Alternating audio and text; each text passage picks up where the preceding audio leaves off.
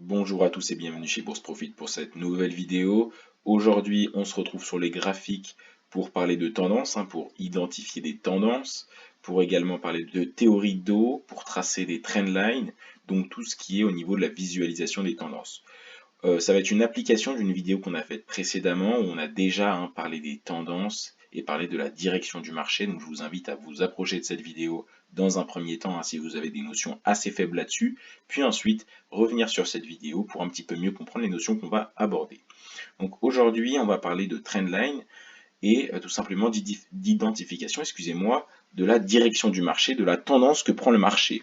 Vous le savez, le marché peut avoir trois tendances, une tendance haussière, donc une direction haussière du marché, une tendance baissière, une direction baissière, et un marché sans tendance qu'on peut appeler un marché range également.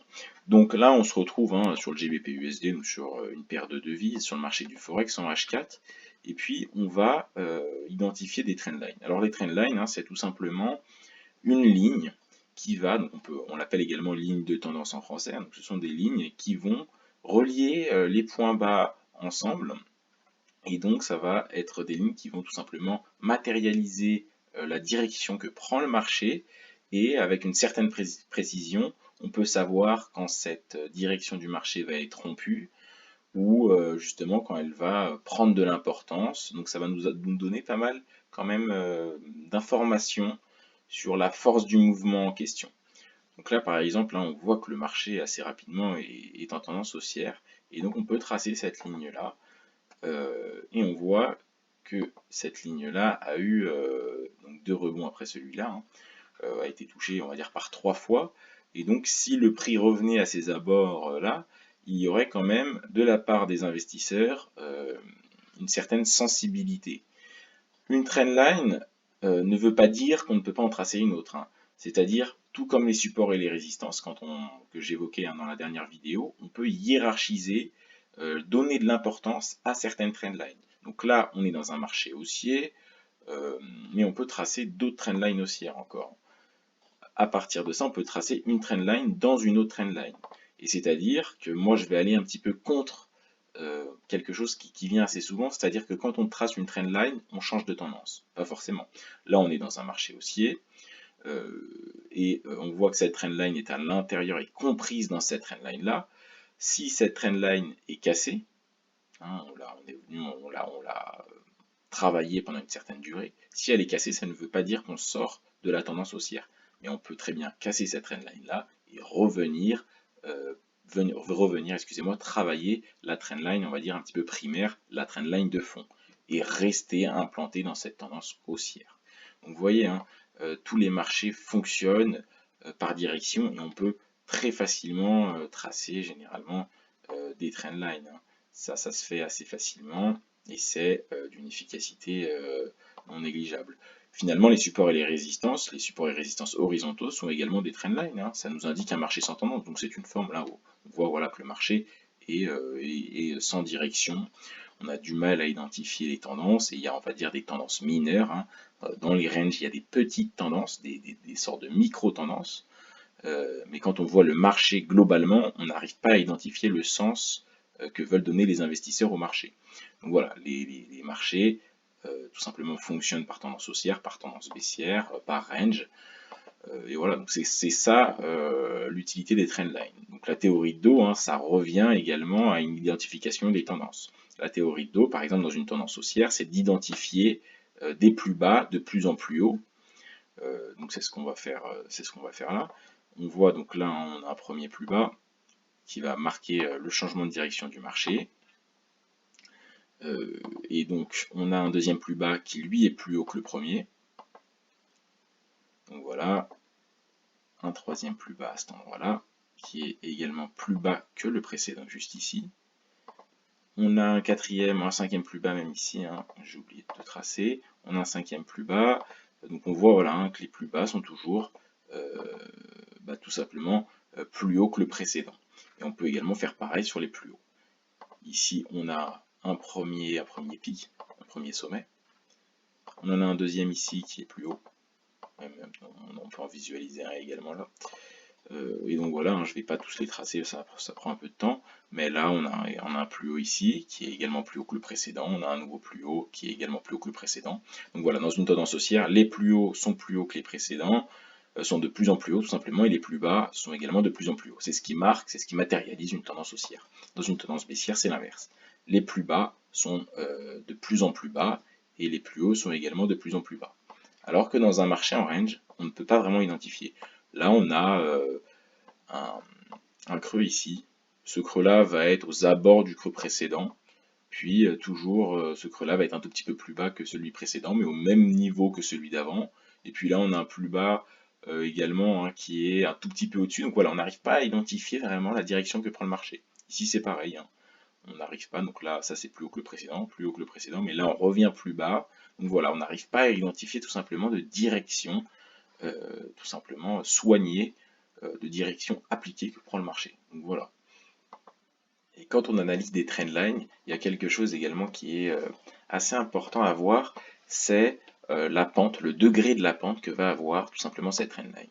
Plus le degré, on va dire, est assez léger, hein, c'est-à-dire de cette amplitude-là, plus la tendance va être stable et la cassure va être assez peu nerveuse. Là, on voit que cette trendline-là, hein, est tout simplement plus pentue que celle précédente, et donc une cassure de cette trendline va entraîner un mouvement nerveux, et cette trendline-là va être moins long terme, hein, ça va être une trendline assez court terme, le prix monte assez rapidement, mais du coup on ne peut pas envisager une trendline, on va dire, assez fiable, assez cohérente sur le long terme. Et une cassure va impliquer un mouvement assez nerveux et assez direct, alors qu'une trendline implantée depuis longtemps avec un degré assez faible, on peut tout simplement avoir une perspective lointaine sur cette trendline.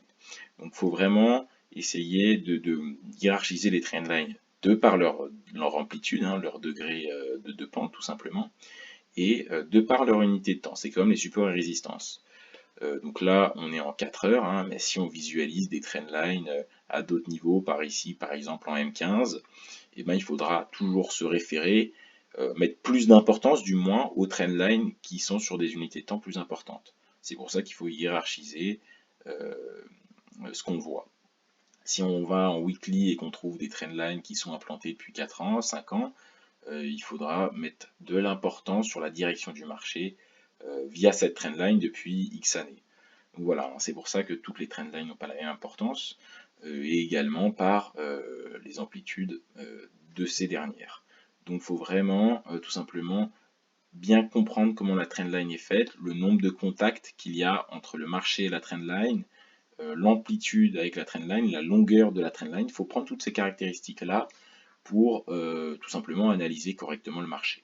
Et également, un point qui est assez important quand on trace les trendlines, c'est de ne pas forcer les points de contact entre le prix et les trendlines. On doit les voir assez rapidement, hein. Ça doit être assez visuel, on doit les tracer, voilà, naturellement, parce que parfois on voit un peu chez les débutants, euh, donc ils vont un petit peu forcer le point de contact entre la trendline et le prix pour que ça aille dans le sens, hein, de leur analyse. Donc on va les voir, voilà, essayer de chercher des points là où il n'y en a pas forcément. Et du coup, la trendline va perdre de la valeur et tout simplement va pas être efficace, hein, ne va pas être fonctionnelle. Donc voilà, si on force des points de contact comme ça, qu'on fait dépasser le prix dans un sens, dans un autre, tout simplement, il va y avoir moins d'importance à ces trendlines. Donc voilà, elles doivent venir naturellement, elles doivent se tracer de par voilà,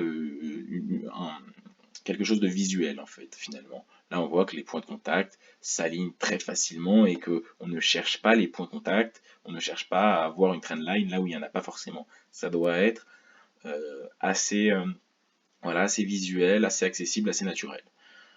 Un autre point qu'on peut dire, c'est d'attendre la clôture des bougies avant de parler de cassure de trendline. Euh, il peut y avoir une mèche sur là, voilà, on va descendre et puis on peut mêcher, hein, fortement sur la trendline et penser que pendant que la bougie, hein, s'opère, on peut croire à une possible cassure de la bougie, de la trendline, excusez-moi. Il faut toujours, hein, moi ce que je préconise, c'est d'attendre, et ce que beaucoup préconisent également, hein, c'est d'attendre la fermeture, la clôture de la bougie pour, on va dire, pour agir, hein, que ce soit tout simplement pour prendre un ordre à la vente, à l'achat, pour sortir de position, pour placer un stop loss, un take profit, enfin peu importe, hein, un break even, peu importe ce que vous voulez mettre, mais pour agir correctement, il faut attendre la clôture de la bougie. Voilà, donc là on travaille sur cette trendline là, et puis pour X raison, on peut mécher fortement et venir traverser totalement cette trendline, et puis à la fin de la bougie, hein, on peut revenir au-dessus et donc laisser cette trendline encore effective. Donc, tout simplement, attendre la clôture des bougies, c'est quand même plus cohérent. On va sortir un petit peu de ce marché-là. On va se mettre en daily. Donc là, on se retrouve sur l'euro-dollar en journalier, hein. Puis on va continuer à tracer les trendlines pour que vous compreniez un petit peu mieux. Donc là, on voit clairement que le marché est baissier depuis quelques temps. Puis voilà, on peut tout simplement tracer les trendlines, hein. Donc chercher un bon alignement entre les points les plus bas. Et puis on peut toujours, hein, comme j'ai dit, donc ça c'est la trendline un petit peu long terme. Et puis voir des sous-trendlines, hein, comme on pourrait le dire, c'est-à-dire voilà, des trendlines à l'intérieur de la trendline principale, pour voir voilà, la direction du marché, la tendance, la force de la tendance à plus court terme. Puis également ce qu'on peut faire de manière assez complémentaire aux trendlines, c'est les canaux. Ça nous permet tout simplement ça peut nous permettre, hein, donc tout le monde ne les trace pas, mais ça peut nous permettre de voir un petit peu mieux la tendance, l'amplitude de la tendance, hein. Donc on peut toujours tracer les canaux, et puis ça peut donner d'autres opportunités sur les marchés, hein. On ne voit pas qu'une cassure, mais on peut voir la cassure dans les deux sens. Après voilà, il faut toujours faire attention sur les cassures, parce que à ne pas agir trop vite, hein. C'est pas parce qu'on casse par le haut ou qu'on casse par le bas que la tendance de fond est mise en péril. Il faut toujours regarder, hein, plusieurs facteurs. Également, parfois on est avec des indicateurs de technique, donc on peut quand même se référer entre guillemets à eux, céder de certains indicateurs techniques, des indicateurs de tendance, il y en a plein. On en a déjà parlé, hein, dans d'autres vidéos, donc je vous invite à regarder un petit peu la vidéo sur les différents types d'indicateurs techniques, et puis on a présenté déjà pas mal d'indicateurs. Donc voilà, hein, le mieux c'est de chercher quand même un bel alignement, entre les points, hein. Là on voit clairement qu'on peut tracer une trendline, ça se trace, ça se fait assez naturellement. Voilà, donc faut prendre l'initiative de tracer des trendlines. Je vous conseille vraiment de vous entraîner le plus possible. Ça c'est avec de l'entraînement, vos yeux vont s'adapter, hein. Et puis toujours voir l'importance de la trendline en fonction de l'unité de temps, en fonction de la longueur de la trendline, de l'amplitude de la trendline, hein. Là on voit, on pourrait descendre en H4 peut-être pour la tracer un petit peu mieux. Mais là on voit voilà, c'est une trendline qui est assez forte, et puis on voit, hein, qu'à sa cassure il y a un mouvement quand même assez brusque, une correction qui va être assez forte. Donc voilà, toujours regarder le mieux possible tous ces paramètres là, et puis s'entraîner, hein.